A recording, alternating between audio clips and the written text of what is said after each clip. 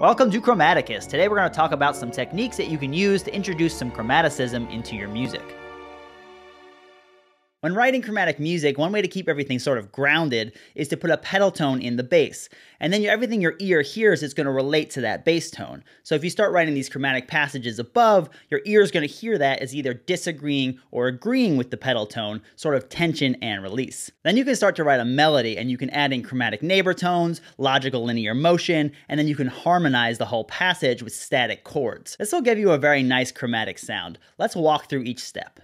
The first thing I'm going to do is put an E pedal tone down in the bass, and then I'm going to put another E an octave above, but I'm going to use a slight variation. I'm going to use a tremolo between E and D sharp. D sharp is our leading tone. Remember, the leading tone is the half step below the tonic that has a melodic tendency to pull into the tonic and help define it as the root.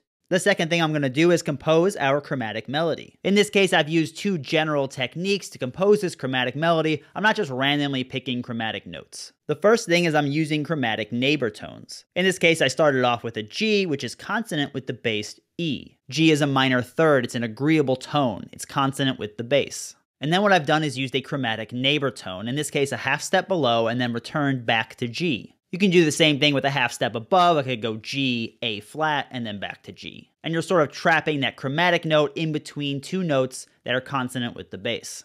The second thing is logical linear motion. So in this case, I have this line here, moving in half steps downward, which creates an expectation for the ear. After a few notes moving in one particular direction, your ear starts to get an expectation that the notes will continue in that direction, and it starts to make a very dissonant sound more agreeable because it becomes expected.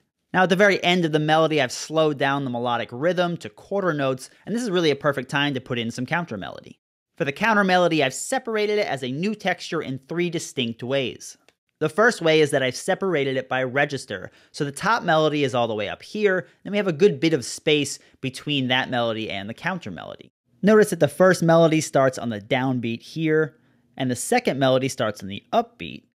This is all quarter notes, whereas this is eighth notes and 16th notes. And notice the articulations are different. This has a slur, so it's a very smooth, fluid line, and this is a very kind of choppy, punchy little line here. So the pitch register, the rhythm, and the articulation are all different. The next thing we're going to do is use a technique called planing, where you basically take constant structure chords to harmonize the melody. In this case, I've chosen minor triads, so you have C, E flat, and G. The G here is the fifth of a C minor triad, so you're just going to take that and spread it out throughout the entire melody. So the F sharp here is the fifth of a B minor triad, and then back to G of a C minor triad.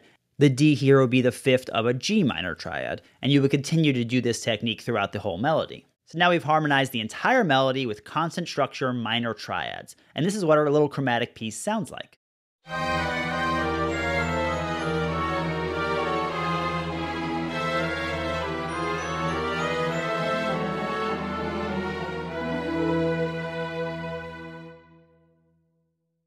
If this technique sounds a little bit like the Harry Potter theme, it's not a coincidence. John Williams uses this technique in the second half of Hedwig's theme. And you can use any type of chord to harmonize these passages with. Let's see what it sounds like with augmented chords.